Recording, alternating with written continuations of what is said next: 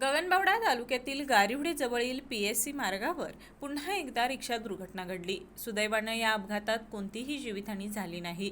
मात्र या धोकादायक वळणावरील वाढत्या अपघातांमुळे स्थानिकांमध्ये तीव्र नाराजी व्यक्त होत आहे।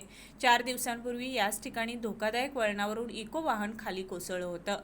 त्या अपघातात एकाचा दुर्दैवी मृत्यू झाला होता।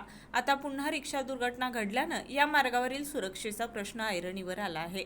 स्थानिकांच्या मते हा रस्ता अतिशय अरुंद येथे दिशादर्शक फलक, संरक्षण कठडे यांचा अभाव आहे। तसेच रस्त्याच्या कडेला वाढलेल्या झुडपांमुळे वाहन चालकांना वळणाचा अंदाज येत नाही। कोकणातून येणारे बाळूमामा भक्त, कोल्हापूर आणि राधानगरीकडून येणाऱ्या वाहनांची या मार्गावर मोठी वर्दळ असते। मात्र अनेकांना हा रस्ता परिचित नसल्याने अपघाताचा धोका वाढतो।